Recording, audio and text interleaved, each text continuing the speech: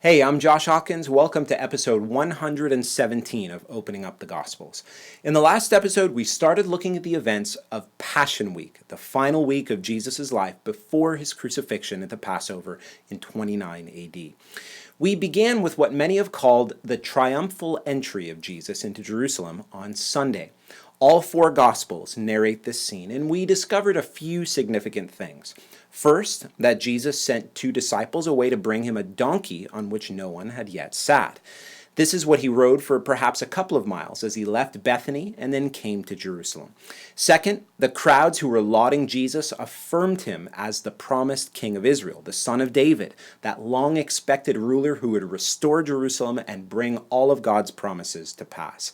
They may have been sincere, but their enthusiasm was shallow and misguided. And third, we looked at the difference between the crowds on Sunday versus the crowds on Friday, the morning when Jesus is crucified. I talked about how the Sunday crowd was comprised of people who had followed Jesus from Jericho and Bethany, as well as those who had already arrived for the feast and came out of Jerusalem to see Jesus on his account of raising Lazarus from the dead. Then the crowd on Friday, the ones who would shout, "Crucify him, crucify him," they were comprised of those who lived in Jerusalem, as well as the Pharisees and other Jewish authorities who hated Jesus for the past couple of years. There was no great turning of sentiment towards Jesus that happened that week in Jerusalem. And finally, I mentioned how the label triumphal entry is really a bit of a misnomer because Jesus wasn't really entering the city in some sort of triumphal victory at all. He was there to be crucified. His triumphal entry certainly will come on a real day in the future, however, when he defeats Israel's enemies, establishes his everlasting kingdom of righteousness, and restores creation as the law and the prophets have declared. Now, there's still more to talk about from this scene on Sunday, so let's get back into the Gospels, just starting with Luke 19.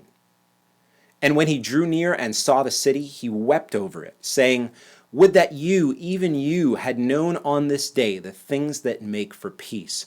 But now they are hidden from your eyes. For the days will come upon you when your enemies will set up a barricade around you and surround you and hem you in on every side and tear you down to the ground, you and your children with you. And they will not leave one stone upon another in you, because you did not know the time of your visitation." Luke says that Jesus draws near to Jerusalem, and when he saw it, he wept over it. Before we too quickly look over this verse, let me paint a picture for you.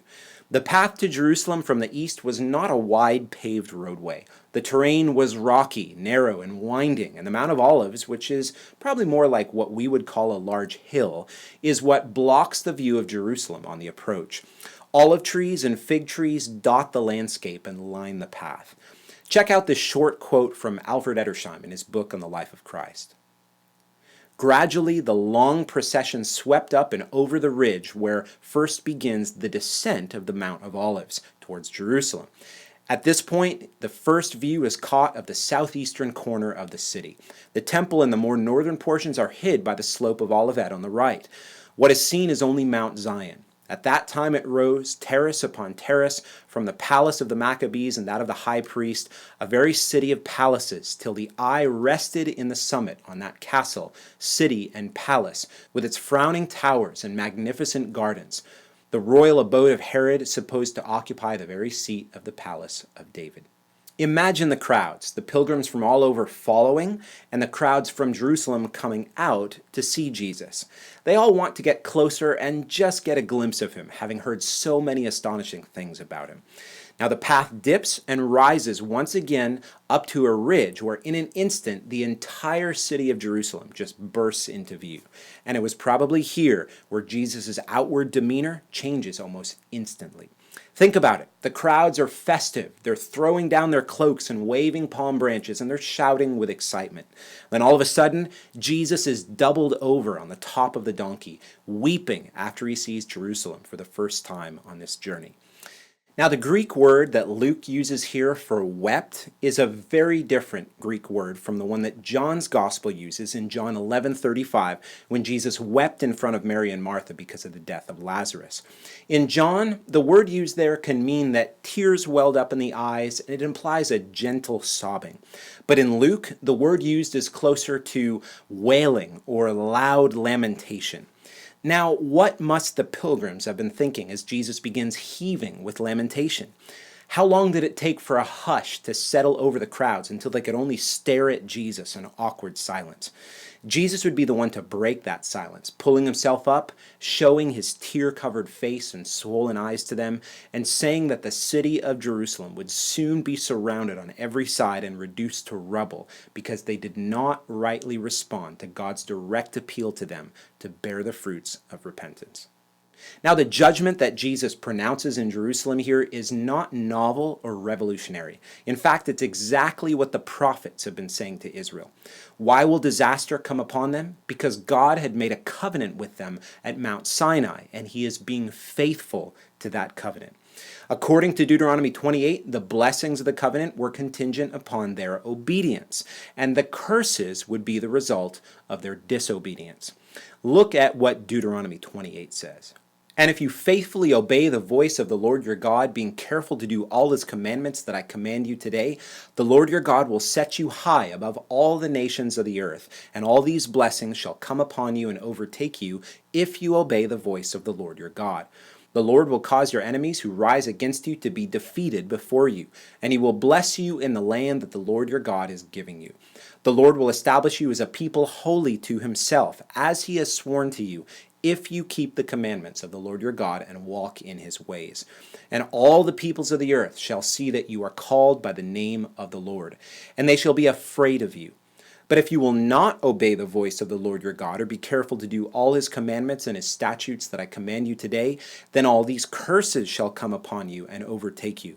The Lord will make the pestilence stick to you until he has consumed you off the land that you are entering to take possession of it. The Lord will cause you to be defeated before your enemies. The Lord will bring a nation against you from far away, from the end of the earth, swooping down like the eagle, a nation whose language you do not understand, a hard-faced nation who shall not respect the old or show mercy to the young. They shall besiege you in all your towns until your high and fortified walls in which you trusted come down throughout all your land. And the Lord will scatter you among all peoples from one end of the earth to the other.